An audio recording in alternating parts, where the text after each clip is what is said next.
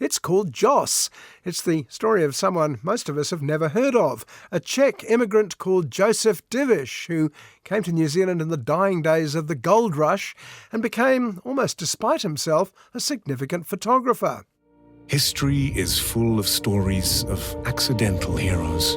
He was a simple living man, and yet he was an absolute genius.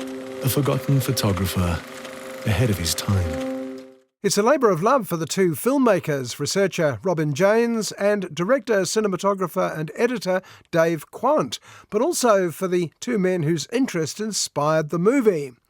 Simon Nathan was interested in the history of the South Island's west coast, while Brian Scadden is a photography historian and collector of ancient cameras.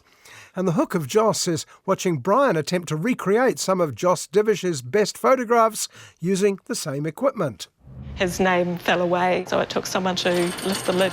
It's a jigsaw puzzle when you don't know how many pieces there are.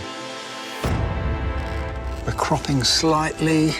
His photos were special, so different from anybody else. What draws you into the documentary Jos isn't Divis's riveting life story or that he's some sort of overlooked master. It's the picture of New Zealand being born before our eyes. The places, the people, the change from the posed colonial portraits to contemporary snapshots. His work is of national importance. I was arrested on the 14th of February 1941. He was either a Nazi spy or a communist spy that would have an astronaut. Divis arrived in time for the last hurrah of the gold mining era, just after World War I. He even struck it rich, more than once. But like so many successful miners, once he found it, he spent it immediately. By the end, very little remained after 50 years living in a country that was never really his. Apart from the photos, many of which featured Jos himself standing awkwardly at one side of the frame. If he were alive today, he would be right up the top. I call him the inventor of the selfie. Just so many of his shots, he's in them.